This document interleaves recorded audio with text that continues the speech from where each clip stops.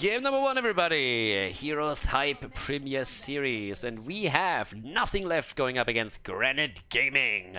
Porty Boss on the left side in this first game of the best of 3 series in the first round of the winner bracket of the Heroes Hype Premier Series. And I kind of forgot what I started that sentence with because that name was too long.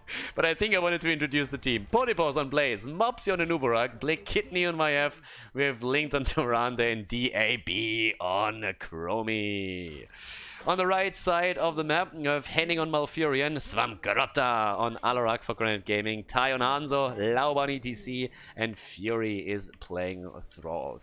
Now, if you actually have a look at the tournament bracket in the comments, then you will probably figure out pretty quickly that nothing left is actually not listed in the bracket. Instead, it's Nautilus support.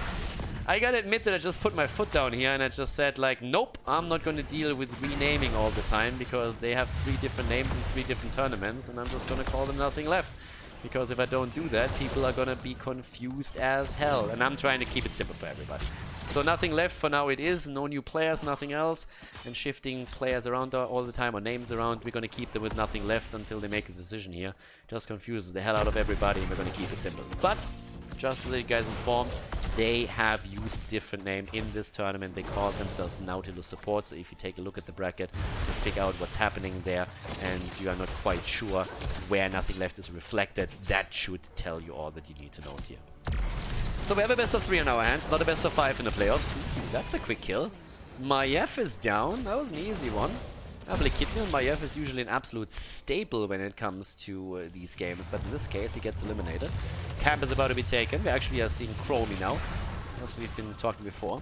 Some people ask sometimes, Khaldor, why don't we see a draft in these games? And the reason is actually quite simple. If you see a draft in any of the videos on YouTube in particular, it means that the game was casted live as it took place. If you don't see a draft, it's usually a replay cast. And this applies to the game that you're seeing now as well. Reason for it, quite simple. Most of these games were played at the same time, especially in the first round of the tournament, which means that obviously I had to make a choice of what to catch live. But since a lot of these games were still pretty fantastic and really exciting pairings in the bracket as well, I decided to just grab the replays, the admins gathered them up for me and sent them to me afterwards, and cast those games as well so that everybody can still enjoy what's happening. Yeah, I haven't seen them, I don't know what's happening, but it is supposed to be a pretty good series as well. So we're gonna have a look at that and see if that's true. For now, we're actually seeing nothing left, with a pretty solid combo, but we have again this Chromie factor.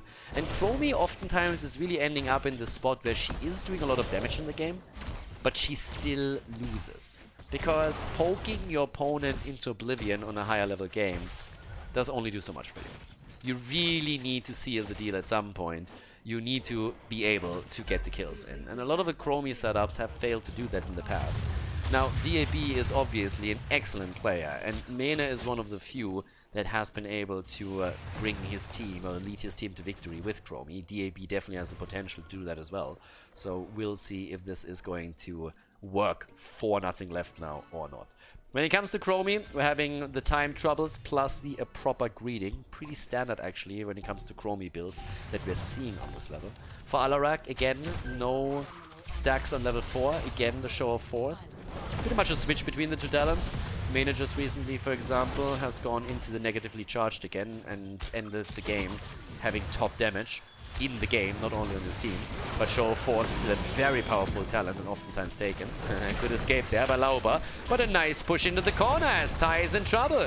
Gets tethered out of the Chromie damage, but then again the kill comes through regardless, and that's that. Level 1, by the way. You see redemption at this point. Now, again, a push in the mid lane. Mopsy obviously is on an Uberak, so whenever he activates an ability, another beetle spawns, and you all know what that means. Tower shots are being soaked, and therefore you can push a bit more aggressively.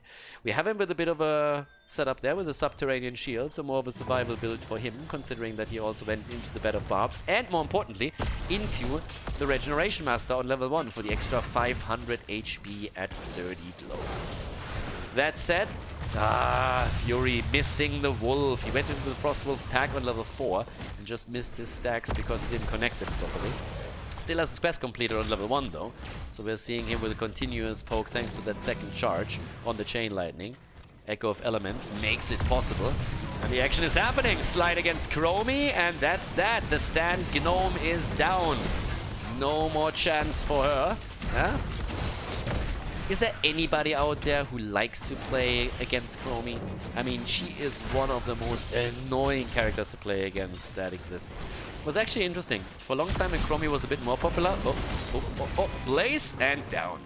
Blaze goes down in a blaze. Yeah.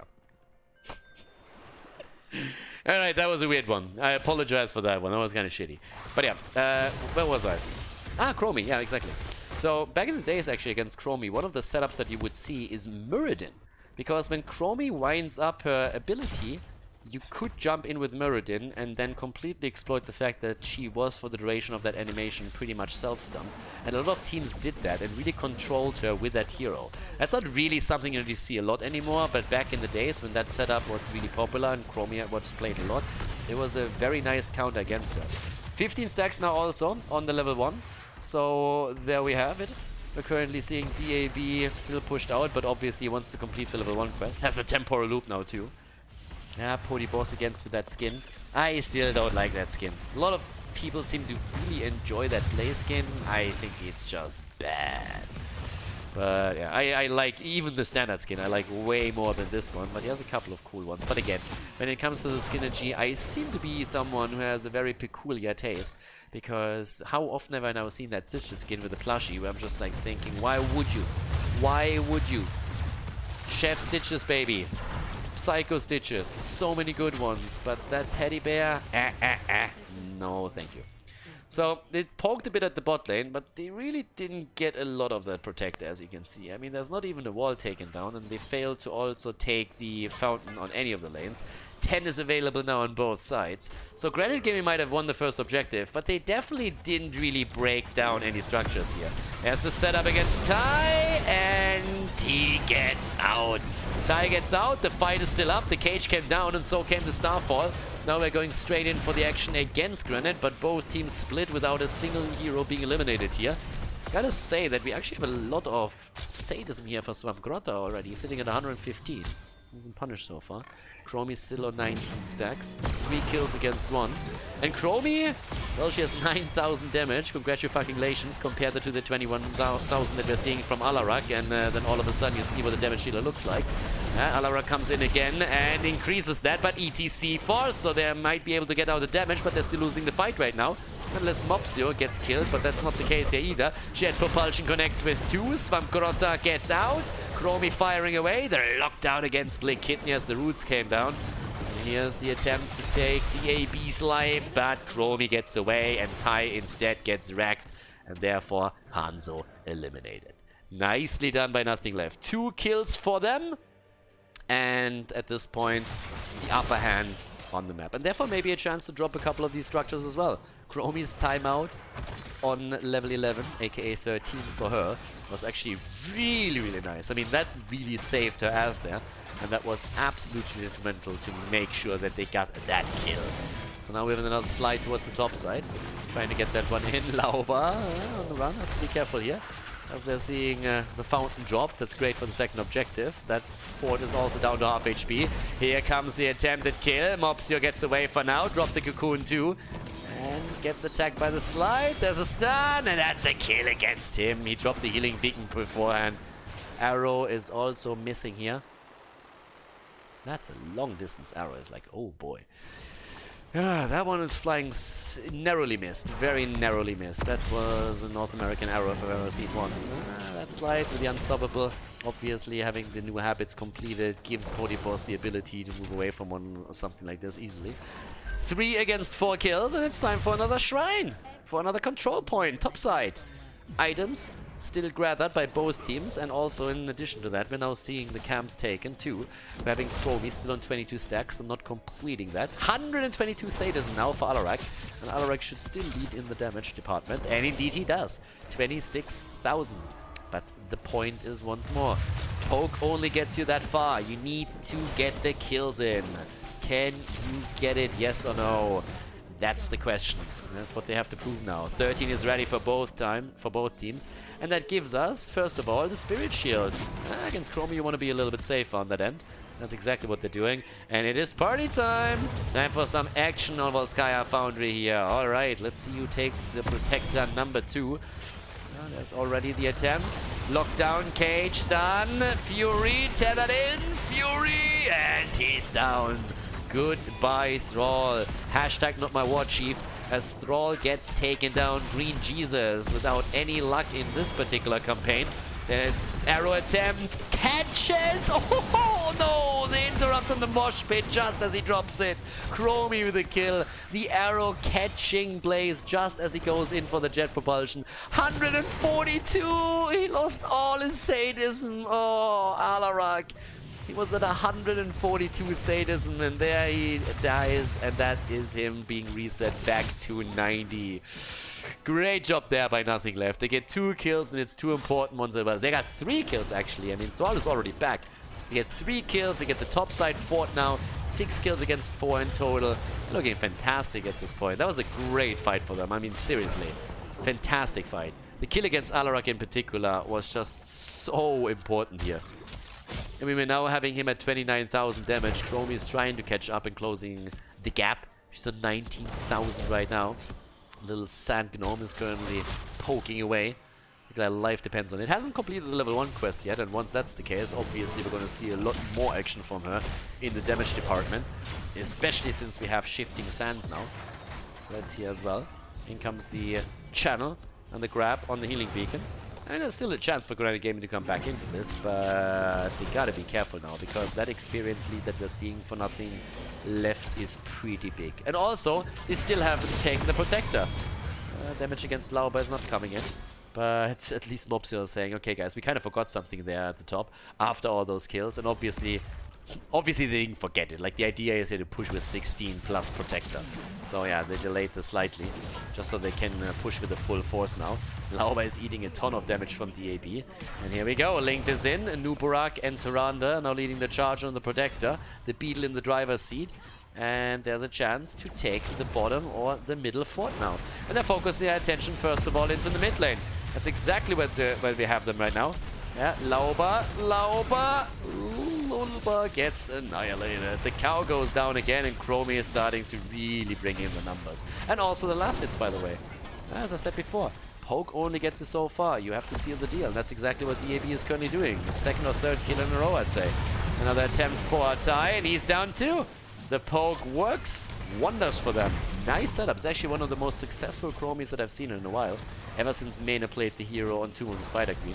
Again, previously, Chromie, even after the rework and then the changes afterwards, hasn't really played a big role. I mean, she's been played a few times.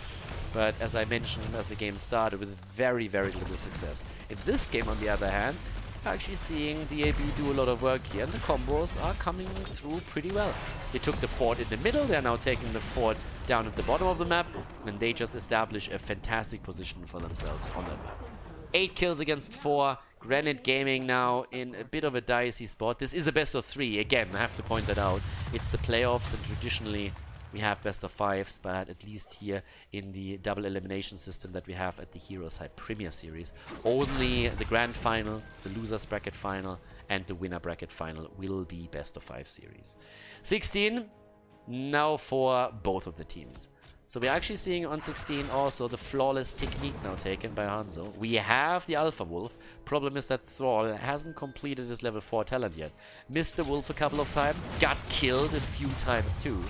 So he still needs that if he wants to get the cooldown reduction. Alarak hasn't made a choice yet either. Went into the pure malice on level 13.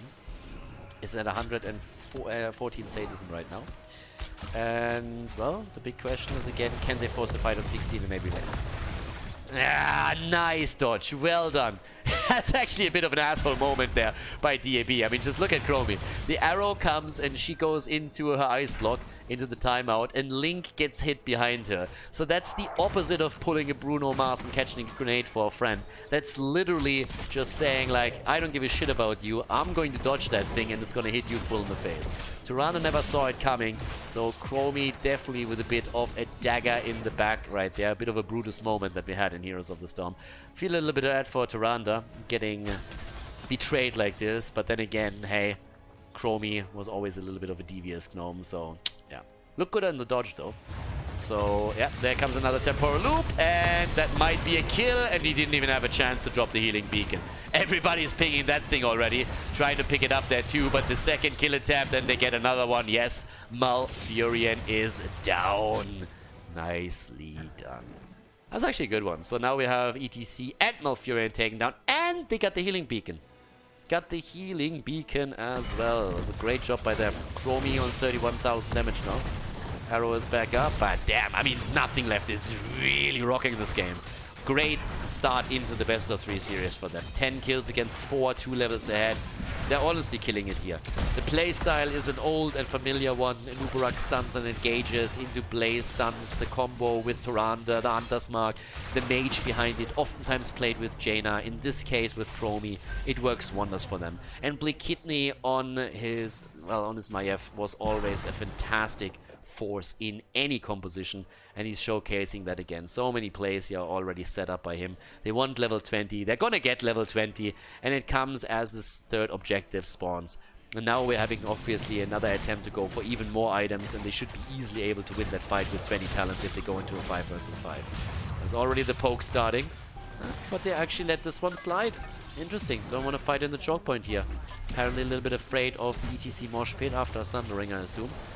But when it comes to the third objective, that's a different story. And the top lane is pushing heavily. That's a camp, plus also 2 more catapults pushing. With now also the lightning barrage. Alarak, he was just back on 138 stacks, and he just gets deleted. Alarak gets Alaraked. In comes the arrow. Quest completed for Thrall finally. But is that going to do anything for them? I don't think so. ETC is dead too. They're trying to get another kill against Fury here, but Malfurion keeps him alive. Tai also gets cleansed out as the Nature's Cure is being used by Henning. But the keep at the bot lane is already done, and with a 5 versus 3 setup, there's a good chance that Nothing Left just says, oh, okay, I'm done with this. Move in and take them over. I mean, this is a great setup here. I gotta admit, Nothing Left just playing a great game. Another kill against Hanzo. They're murdering them, guys. 13 kills against 4. What a start into this series for Nothing Left. Great play by them, and Granit Gaming just doesn't have what it takes on map number 1 in this best of 3 series to take their opponent down. Nothing Left claim the victory and take the lead after defeating their opponent on Volskaya Foundry. GG, and well played.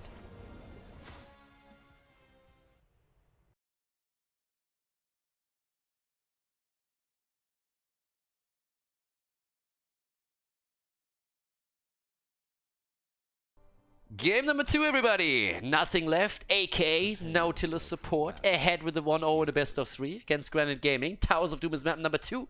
And on the left side, we have Podibos on ETC, Blikidney on Greymane, DAB on Liming this time, with Linked on Tyrande and Mopsio on Nubarak. Definitely a composition that has a lot of the elements that they used on the last map to take Granit Gaming down.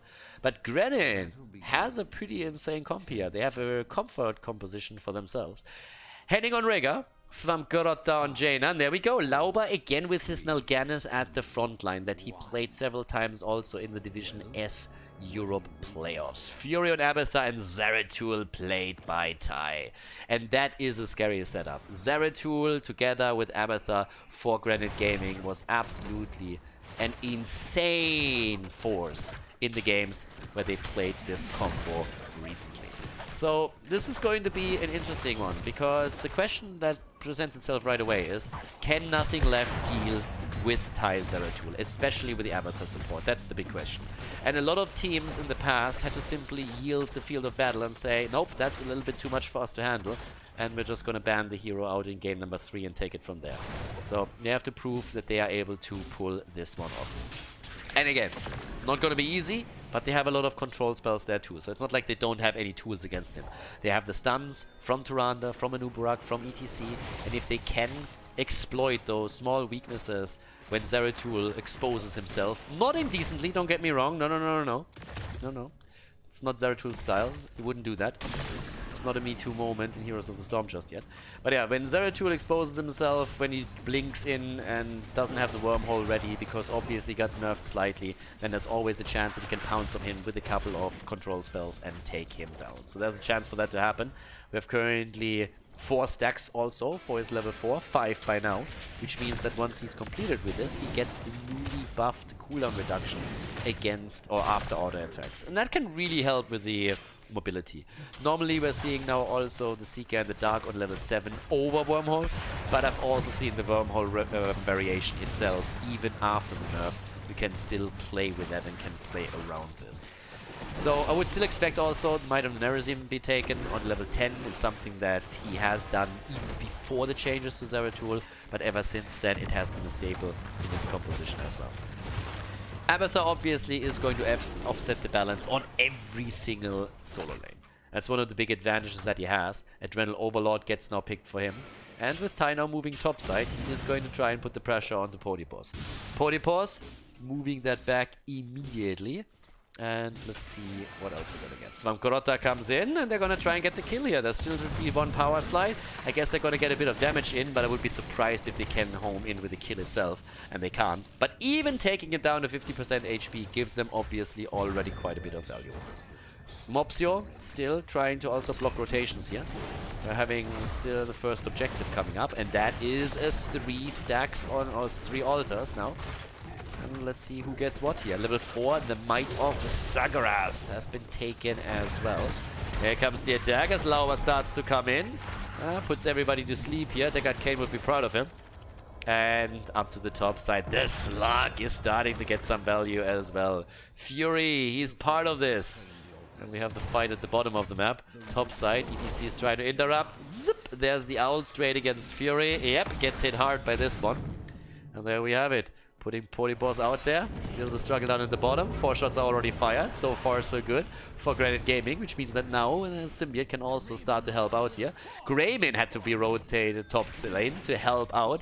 And there's another channel. ETC gets it in just before the Toxic Nest is ready. And obviously, the center of attention is now the bottom of the map, where Svamkorotta is trying to get the channel. They attempt to get the kill. Set up here against Podipos. Already a bit low. Blakitne himself in trouble too, as we're having the doggy jumping in. The Henning here in the wolf form, starting to make a couple of plays. Trying to go straight in for kill number 1, because we haven't seen a single one in this game yet. No kill just yet. And by now also the Arcane Intellect. Level 1 is where we've seen the Winter's Reach. And that helps obviously with the interrupt potential. So that's a pretty cool one. If you have the range, that definitely helps. Obviously you're giving up the Pierce, but you get the Arcane Intellect then to deal with mana. Tai waiting at the side here, fully invisible at this point. As he just missed the cocktail against this. Okay, that was a little bit unfortunate for him. Yeah, jump in against Mopsio. There's the sleep. There's a bit of free damage as Tai moves now into. Still staying away from Greymin and Liming. So far, so good. Abathur helping out. ETC sliding in, rotating, helping, and Jaina is down as we see the first kill for nothing left in the game. And an earlier level 7, which is going to help them now with the defense at the bot lane and shuts that fight down to begin with. Still a 1 versus 1 as Tai has now to deal with Podipos. Gets some damage in, but definitely not enough to threaten ETC here.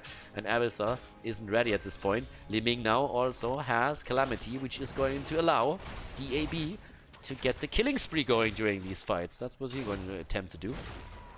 We're still having the Vile Nest taken on level 7, so no Mule. Doesn't need it. And, as expected, the Seeker in the Dark for him. Abathur nearly getting hit by the Owl here. Bot lane heavily pressured. I mean, nothing left. They want the bell tower now. If they can push this slight advantage at the bottom while Abathur doesn't have his ult yet, then they can still try and get control over the bot lane and then hold on to that. So, with that, what else do we have? We're having, well, 1 single shrine, 1 single altar soon going to be activated. None of the teams is threatening level 10 just yet, but we have a slight lead for nothing left. Only a single kill in the game. And both of the teams still looking for an opening here, as Zeratul is still topside. But the altar is spawning, and there's 1 single stack that Zeratul needs to complete the quest on level 1. Nice dodge! Svamkorotta with a big juke, but he's still in trouble, and even Abathur won't be able to help him here. Great kill for nothing left. Honestly, they are doing a fantastic job. Game 1 was exceptionally well executed by them. And now they are getting a head start in the second game too. And if they take this, that would be a 2-0 victory for them over Granit Gaming. And then they would move on to the next round of the tournament. So great job by them. Nothing left now, nearly on level 10. It's 32 against 32 points on the core. So when it comes to objectives, it's not really a big advantage for Nothing Left, but they are definitely now running the initiative on the game here. I mean, they are the ones who always set the agenda. That's pretty much what's happening here. They start with all the fights, they initiate them, they go in with kills like the one that we just saw against Jaina. They're doing really well with this. Now ETC, we would still expect him to go into the stage dive, especially considering that with those toxic nests, a rotation from the top to the bot lane would be incredibly slow. So whenever he has to join a fight bot side, it would be well advised to have a stage dive ready. And yep, stage dive gets picked. But this in particular, that talent is incredibly annoying if you have a big map where you need to make rotations. Camp is now stolen again too. That is a huge advantage, and it's actually coming at with level 10 abilities. They're trying to go for Greymane right now. Abathur is coming in. There's the cocoon that actually saved Zeratul, if anything. Tai is able to jump out just as the cocoon gets burned down. Talking about burning things down, in comes the Ancestral, but Lauba doesn't survive either. The double Jaina couldn't get the counter kill yet. They're trying to make the play for Link, but that's not happening. No, that copy is not going to be it's not going to live for long. So yeah, Abathur so far didn't get too much for them. And honestly, things are getting difficult here. 3 kills against 0, it starts to become a problem for Granit Gaming. They need for Tai to pop off on Zeratul, or they're going to have a problem. And Tai is trying to do exactly that, and Tai pops off, gets the Li Ming kill. That was well done. Still top side. Fury tunnel to the top left. Steals it away and is now trying to make an escape here. Not bad. They see ETC top right and Abathur sneaks in. Nice play by the Slug. And doesn't get punished for it either. I like that.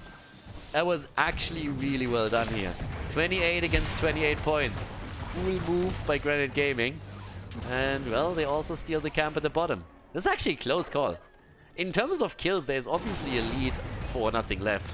But it's a really nice setup that we're seeing, and they are actually taking some good trades. So they keep themselves alive on the objective quite nicely. Fury again not hit by this. We're seeing Lauba hit by the bullet though. That cursed bullet, that newly buffed cursed bullet, bringing Greymane back to life in the meta. In addition, of course, with the auto attack buff that we've seen.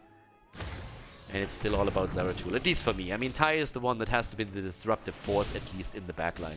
He even has the main damage now for the team, which is pretty good as well.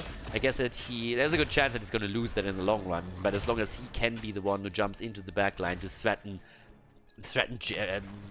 Toranda, threaten Li Ming, maybe get even a bit of damage in against Greymane, that would be great for him. But we'll see. 13,000 damage for Greymane, who has, by the way, not died yet either. There's a lot of heroes that haven't died yet. I mean, in total, only 3 have been annihilated throughout that game. Jaina twice. She is obviously a priority target. 4 Nothing Left whenever there's a chance. 13 talents are ready.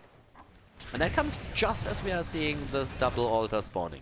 And now the question becomes once again, is it going to be a 2-0 in altars or a trade? Tai gets out there. Needs to. Dodges out on the damage. They don't have level 13 yet. But Abathur can help a little bit with this. He can now try to get that extra experience as the poke is there. There's already the cocoon as the channel comes through. No, gets interrupted. Tai comes in, tries to get away and jumps out, but gets immediately attacked. Ancestral keeps him alive. Nice job by Henning, getting the cleanse through too to make sure that he doesn't get locked down even more. But another attack against Tai, and they are just murdering him. Great job by Nothing Left. Great coordination here, keeping track of Zeratul the entire time and his movements and making sure that they can take him down eventually. 13 talents are here. That gives us so much transference for Abathur, therefore more survivability, but it didn't matter in this case. Not even the Earth Shield. 4 kills against 1 now, and obviously Nothing Left is going to be pretty happy with this. But there was a channel at the bottom of the map, so 4 shots were taken against Nothing Left's core, which means that at least on the objective and on points on the core, we are still that even. There's a level lead now right now for Nothing Left, which definitely matters. But if you look at the minimap, they haven't done much more. They want to get that bell tower, and they have a good chance to finally make that happen. But they are not as far ahead as you might think, and they can't get the bell tower either. Tai gets some damage in against DAB, and he kills him. Abathar makes it possible. The two of them jump in, get the kill, and now they're trying to turn it against Blakitny. They might even get that kill.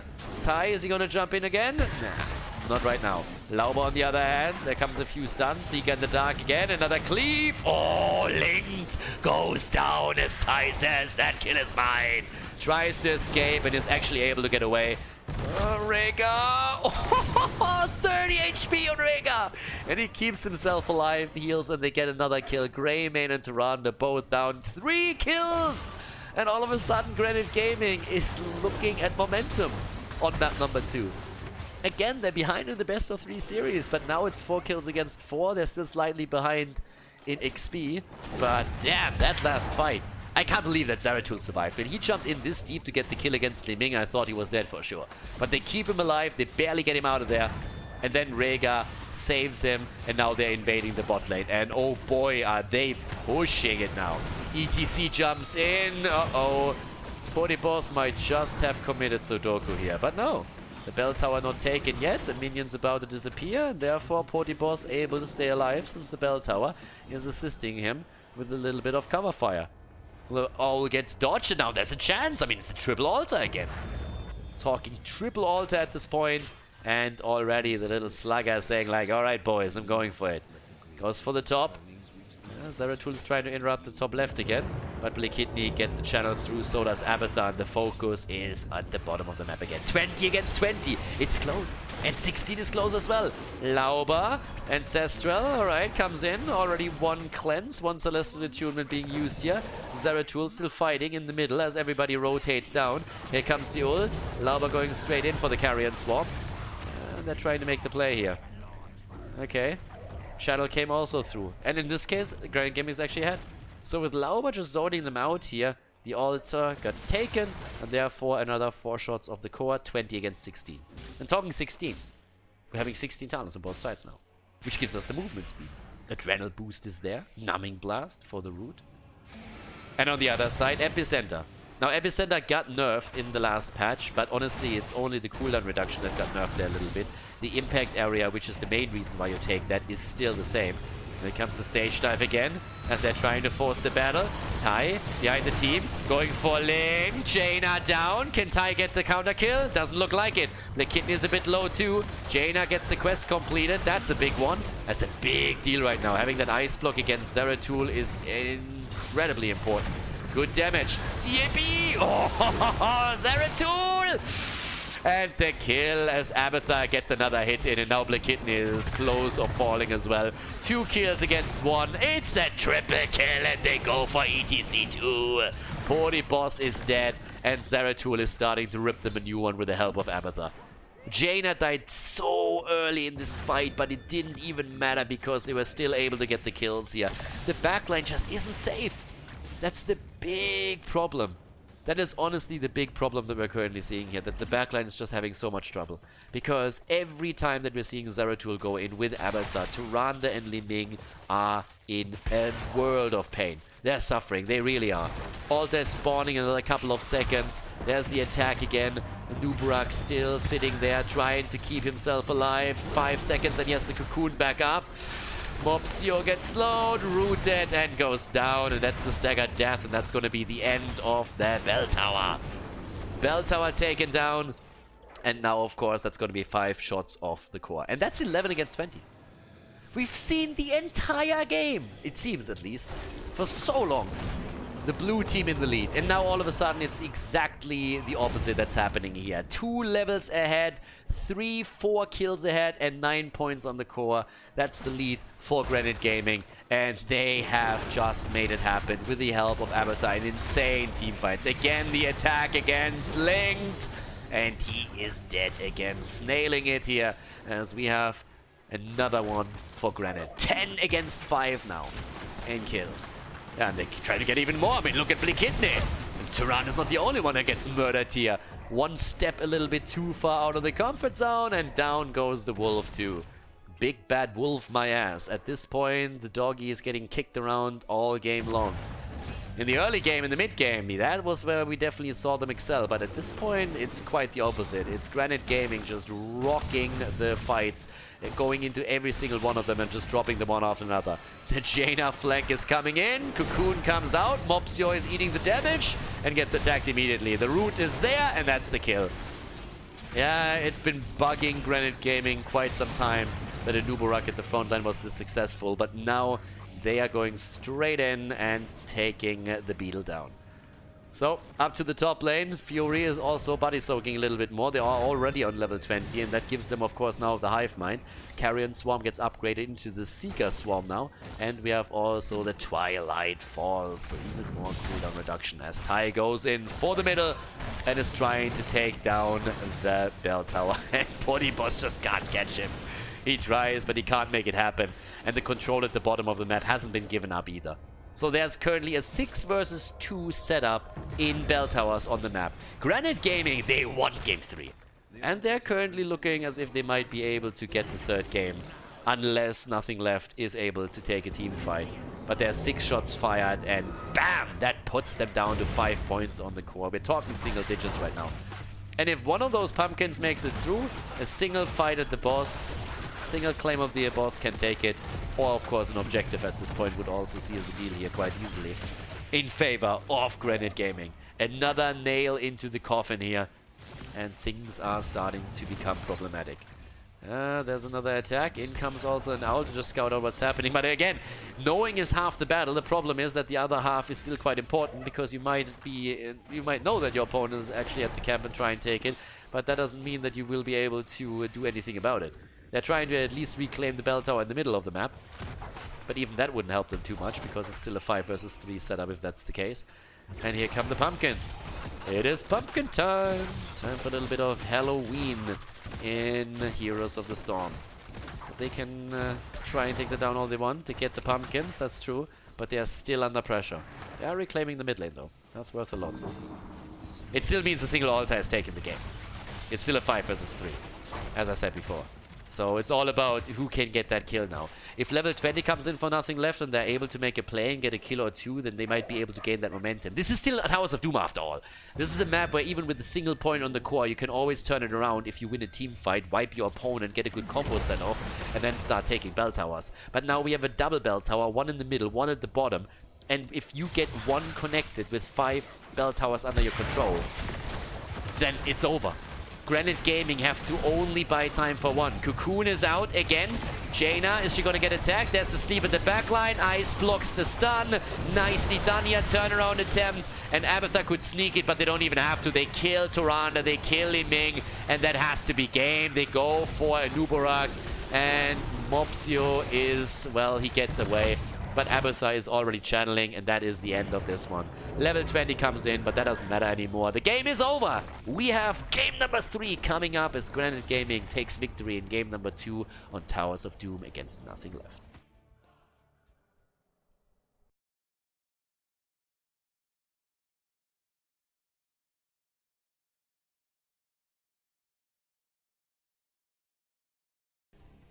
Game number 3, Nothing Left, aka Nautilus support against Granit Gaming. And it is a best of 3 series. Battlefield of Eternity will decide which team moves on in the winner bracket and which team drops into the losers bracket. So, linked on Tyrande, we have Mopsio on Johanna, Boss on Arthurs, DAB on Hanzo, and Blake Kidney on Greymane. On the right side of the map, though, Granit Gaming. Victorious on Towers of Doom, now with Henning on Rhaegar, Svampgarota on Jaina, Lauba on ETC, Fury on Thrall, and Tai on Liming. As we are heading into the 3rd and final game of this series. Not of the tournament, of course. Should be a lot of fun there. Already the spray game on point right there. And guys, again, if you watch the video on YouTube, make sure that you hit that subscribe button and activate the bell for notifications. So click that thing, click it hard. And if you like the coverage here, obviously hit that like button. It really helps. And if you subscribe to the channel, that helps even more. But the algorithms on YouTube definitely supporting this a little bit. YouTube is a bit of a weird place. A lot of the views don't really make a lot of sense to me, but the channel is very, very slowly growing. But if you want to ensure that we have more Heroes of the Storm, Warcraft 3 and esports coverage just in general, and supporting the YouTube channel would definitely be a big way of helping out to ensure that we can continue with this. As it stands, in our third game here, we are still in the first round of the winner bracket. We have Arthas actually with his block talent on level 1. Hold your ground for Johanna. Again, Orson's renewal. Sorry, that's Leo. Laws of Hope and Hold Your Ground. Both great talents on level 1 for them. Having, in this case, again, Winter's Reach. We've seen it actually in the previous game, where it made a lot of sense because you wanted to have the range for the additional poke and the interrupt on the altar channel. But in this game, we're going to probably see the Arcane Intellect on level 4 as well. I mean, usually it's one or the other. You either go into your stacks on level 1 or you go into the Arcane Intellect if you have the mana management there. You give up Pierce if you take Arcane Intellect, but at the same time, the increased range helps you to poke a little bit when you're in that setup, in that stalemate between the Immortals, and you can really work around that quite nicely.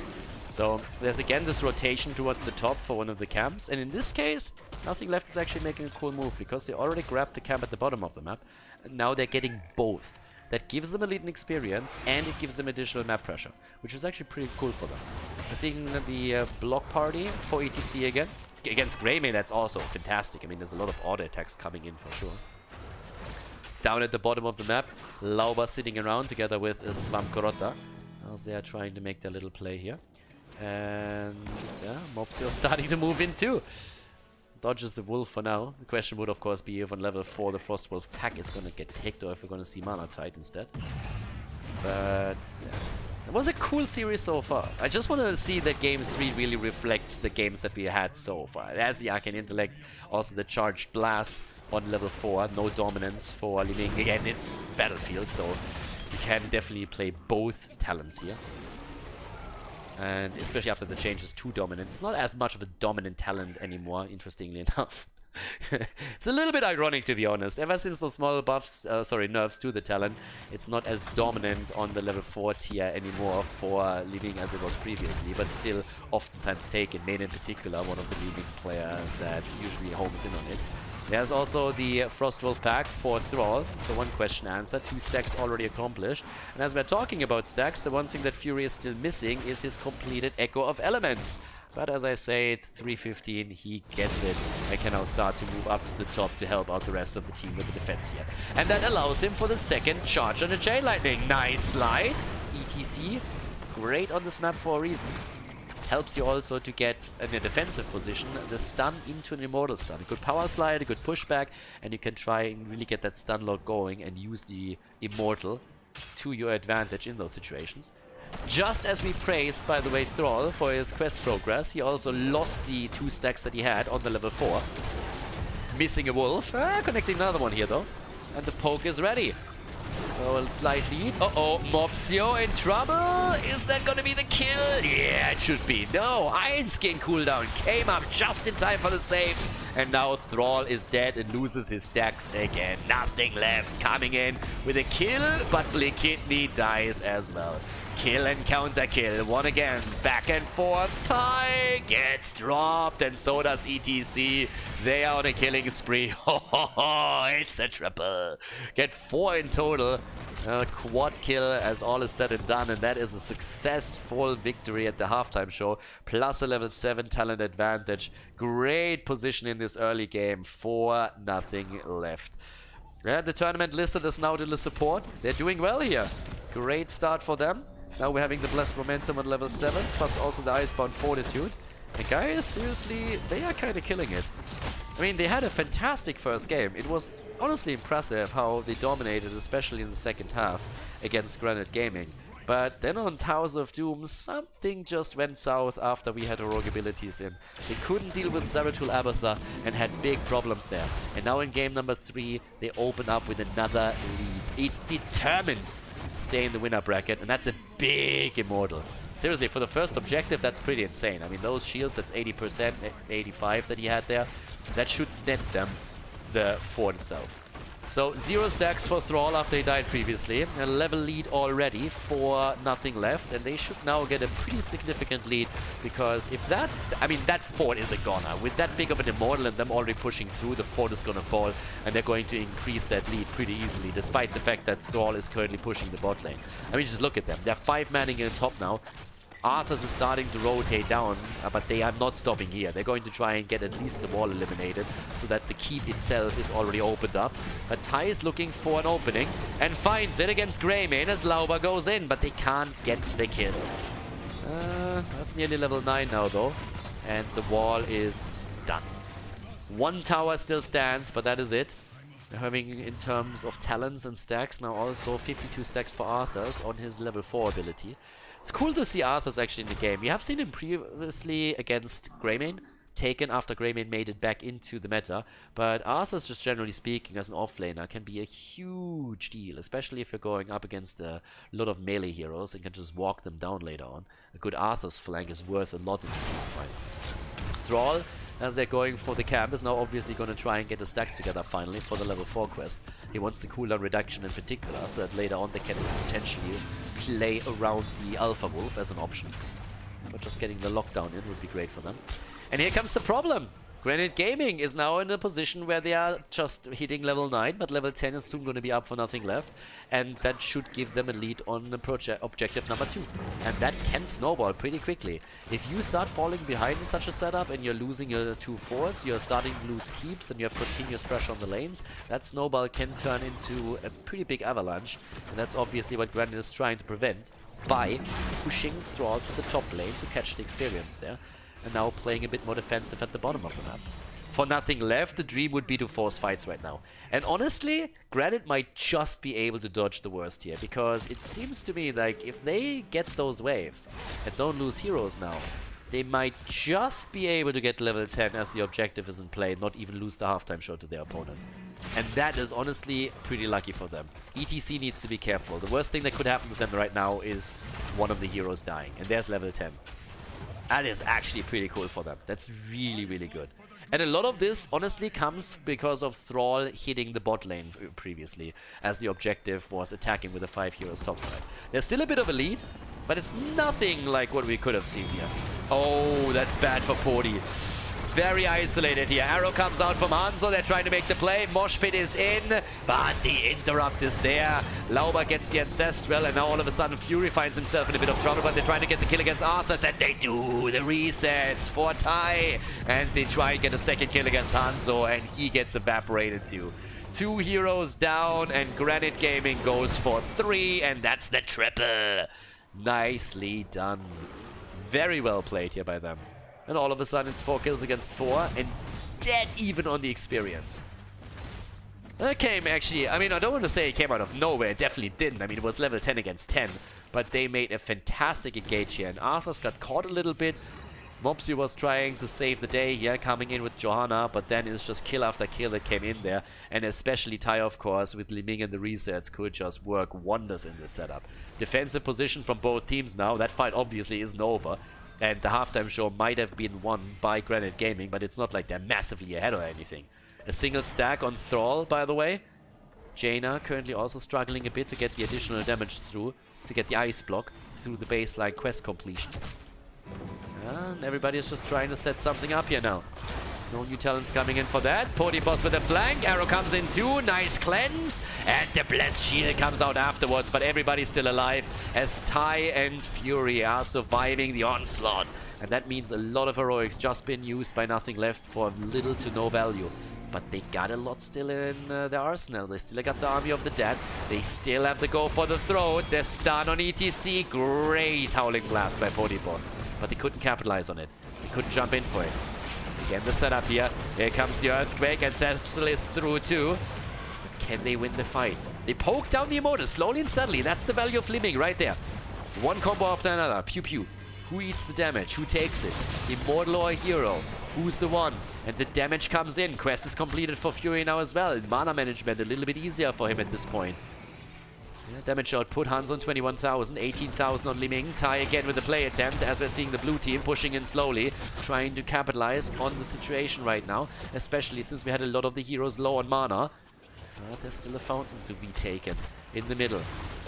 Here comes the lockdown. ETC, Lauber, alive. Mosh Pit is ready. So is the Water Elemental. Blessed Shield and Arrow on Hanzo are both ready, though. That could be a problem. 12 against 12 right now. And here comes the poke again. Linked eats it. The combo. As Tai was in a decent position to throw another one through. Blessed Shield, Arrow, Cleanse. And again they save everybody. And there's the party time. ETC is a party animal. He goes in and he drops two. Nice play here. Great mosh pit by Lauber. And now that Greymane and Arthas are both dead, that is an easy immortal to be taken. Fantastic spot again for Granit Gaming. It's honestly unbelievable. The level 10s come in and they look like a different team here. And here comes DAB moving back. He didn't get caught as they were trying to go in for him. They take the camp, obviously. 6 kills against 4. There's the level 13 and the push through the top lane. And that should be at least a fort. Honestly, they might be able to also take the wall at the keep, but this is a great setup. And Granit Gaming is really demanding nothing left's best if the blue team still wants to make it into the next round of the winner bracket, which would be the winner bracket semi-final, obviously. It is a double elimination system that we have here at the HeroesHype Premier Series. 13s on both sides now picked. We're already seeing Icy Veins. We're having the Earth Shield and the push straight up through the top, and yep, that's gonna hurt. But Johanna is actually taking the pain down to the bottom of the map. She's taking a bit of damage now. She might actually be able to force another wave through, but has to maybe retreat to help out with the defense at the keep itself. And that seems to be the case here. They're already moving back. They're not really ready for a flank. It's still damage against the keep, and that's all that you want at this point. 1 fort down on each side. More damage at the bottom though. Rotations are now in. And again, it's nearly even. Look at the experience. It's nearly the same here. Johanna was able to catch a bit at the bot lane. She didn't quite take the fort down. But this is still any team's game to take. Honestly, I love this series. This is such a fantastic start into the tournament too. We're having really close games between the teams. Going down to the third map here as well. Again, the fight over a camp. And it's taken by nothing left. They're not intimidated here. They move in right away. Oh, 30,000 damage on the point for Hanzo. Alright. I don't see that all too often. Right now, 14 against 14. The kill advantage, obviously, for Granit Gaming. But it is still dead. We have, again, the attempt. I mean, there's so much CC here. We've seen Howling Blast into Blessed Shield, into Hanzo Arrow. And it's always Henning and those cleansers that have ruined the play. He had 2 immense cleanses in the last fight where he just saved, first of all, Li Ming, and then also Thrall with that particular setup. Arrow in this case not gaining the value that they were hoping for. Mopsy on the other hand gets slowed pretty aggressively and eats the entire Li Ming combo here. Nearly getting dropped as well. Yeah, a few of those missiles have actually not connected, but at least the orb hit home. So now we're having another Immortal spawning. And this one might be the one that starts to snowball it a little bit, depending on the outcome. Especially if we are going to see nothing left take it, because they eliminated 2 forts now. They've taken 2 forts at this point. So, yeah, with that, we're having another scout as both of the teams are taking their Shaman camp.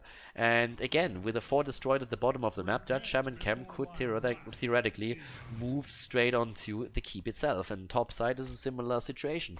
So for now, we're having the teams homing in onto the middle again. Level 16 is something that both of them would love to have here. And that's a sneaky move that we're seeing from nothing left. They take another camp topside. There's the attack again. The cleanse comes out. Here's the slide. And it's party time. ETC. Yeah, he knows how to party. He's partying hard. That guy has a guitar for a reason. It's not only to hammer it straight onto your head, but also to get the beats going.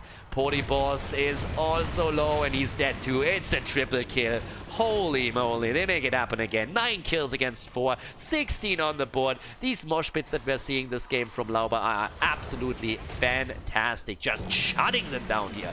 And considering the amount of interrupts that we have, that is pretty impressive.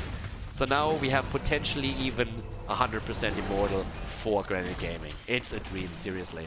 Svamgrota is defending the bot lane against the Shamans, against the camp. I mean, there's no threat on the keep here. Li Ming already moved back too, just to make sure that the mana pool is freshened up a little bit. She wants to look pretty for the push. And with Arthur still being dead, they have a numeric advantage as they're going into the attack here against Immortal. But at least it's 16 versus 16, so even if Nothing Left would lose this one, they can defend on even talents. And the Ice Block, my god! Ice Block dodges the arrow, but the kill against Jaina is still there. It was a fantastic Ice Block. Seriously, I mean, there was so much damage just homing in on her, and she blocked most of it, but it was just too much. She was completely isolated. Well, not isolated, but caught at the front there. Out of position, and therefore the kill comes through anyways. But with the advantage that they already have, they can still just poke, leave a few heroes to poke. Greymane is obviously trying to prevent the worst here by taking a few of the hit points down. But they're shifting their attention. They're actually going for the defensive position right now. So with this, here comes the push again. 16 talents gave us, by the way, also the Mirror Ball. Again, the Numbing Blast, plus also the Alpha Wolf. So the synergy with the level 4 talent is now there. And that helps to threaten Arthur's in particular. More poke is happening. And Jaina's back to business. Jaina's back and can now try and make the plays here. So, let's look at the damage output also for just a moment. Where do we have Li Ming? 43,000. Top damage in the game. More than Hanzo, with the 36 that he currently claims. And then there's Thrall with 25,000, Jaina on 30,000 as well. The pokes are still ready. Lanes are still pushing, and keep that top lane in mind. Top lane is a bit of a problem for Nothing Left. If catapults are settling onto the core, that might turn structure to rubble eventually. This one, that Immortal isn't looking too good either. But the poke is still there, and they haven't given up yet. They can still take that fight. But Mopsio, yeah, he gets locked down by Thrall right away. Thrall walks around the corner, sees him, drops the wolf, and that's the lockdown. But the combo is again ready. Blessed Shield and Hanzo Arrow, both of them available. But here comes the top lane aggression. But it shouldn't fall. He should be able to hold on for this for a little bit longer. Arthur's went full into the Frozen Wastes, Frozen Tempest. And now we're having the Immortal taken. The poke, that's one of the reasons why Li Ming is just so absolutely fantastic on this map. It's just incredible if you can, in these standoffs, just poke the entire time, and your opponent will have to make that difficult decision whether they want to eat the damage with the heroes and then eventually being poked down significantly, or if they're just going to move in and sacrifice it. With that, we're having again the push. And this one is starting to hurt a little bit more. I mean, we're talking 17 minutes in, so the Immortals are really starting to hurt, as you can see here. And it's still on ranged mode, so the fort is a foregone conclusion. That thing is going to fall. There's no doubt about that. The only question that we have at this point is, what about the key? He shouldn't be able to get it unless they're able to pick up a few kills here, but they might be able to break through the wall and put at least some damage onto it. So, yeah. And Li Ming again. Poke, poke, poke, poke, poke. She's also called Pocahontas. She really, really needs a skin there. You need a new skin for Li Ming, honestly. Then again, she probably has more skins than any other hero in the game, so maybe not quite. But I can't believe that she doesn't have a Pocahontas skin yet. With the amount of poke that we're seeing from that hero, that's a lost opportunity on Blizzard's side, if I've ever seen one. Okay, Arthas comes in. There's another attack right there. Boss already on the run. And there's the slide attempt. Lockdown. Another attempt to go maybe for the mosh pit. Already the earthquake out as the mosh pit comes in. No, gets interrupted, but they still get the kill against Greymane. Damn.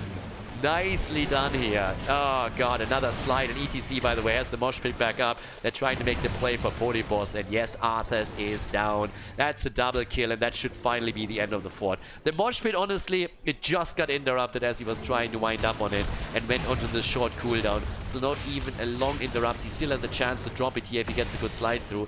I love the initial stun against Lauber that stopped him in the power slide, but now with them losing 2 heroes, 5 kills against 11, and Mopsio is dead. The mosh pit drop, not even needed, but they get the kill, and they nearly have level 20. This is starting to become a problem, and a big one at that. That might actually be game. With 4 heroes down and only DAB surviving, this should be it, honestly. But they're low. Might be a little bit too low. Are they going to go for game? Yeah, they should. I mean, at this point, you have level 20 abilities, obviously, too. But the heroes are slowly coming back, and now we're having Granit and Hanzo back to business. And they're playing it safe. They're going back for now. They're not risking it here. Not now. They know they have the advantage. They have the extra level, and they're so far ahead in experience that there's no way for Nothing Left to soak enough XP to get Storm talents themselves for this objective. So the camp is taken away. Loba can move out here. And now they can make the play for the Immortal itself. With 2 heroes still missing in the lineup of nothing left. The halftime show at least is going to be theirs without a fight. And then it should be an easy battle for the second half too. And that Immortal then will be 21, 22 minutes into the game. And that alone should be able to finish what they started. And obviously there's now pressure through the bot lane since that keep has been taken out. I honestly like that they went and just let that one slide. I feel with Greymane back and Hansel there too, there's too much damage potential with the addition of the core that it's quite easy to lose a hero or two, and then you might give your opponent a ticket back into the game that you just don't want to give them. But there's the attack now. Lauber is sitting there, 30 seconds on the cooldown. Slide after the Bolt of the Storm, and the setup against the Kidney. Good cleanse with the Celestial Attunement. He came through out of this, but the problem is that Boss might not, and nope, he goes down. Porty down, 5 versus 4, and they're on the chase already, and thanks to the Water Elemental, they can get another kill in. That's the drop against Greymane, and they're just continuing it from there. Ling falls too, and that is the end of this game. It has to be, it simply has to be. With 3 heroes eliminated and 100% Immortal gonna walk through the top, that has to be the conclusion right here. Granit Gaming with an absolute incredible turnaround in the series itself. We're having topside already getting pressured. That keep is opened up, has lost hit points previously, and they're moving through the bottom of the map, not even hesitating, not even waiting for the Immortal. The Immortal will push the topside, but they're going to try to end the game before it even comes to that. With only 2 heroes surviving and everybody being down on nearly full HP and mana, they have an easy time there. And they are burning that down, and just look at the catapults and how much damage they do. It's Winion time, and as Johanna falls, so do the dreams crumble of nothing left to make it into the winner bracket. Granit Gaming, after losing game 1, take 2 in a row and advance to the winner bracket semi-final. GG, and well played as Granit takes the victory.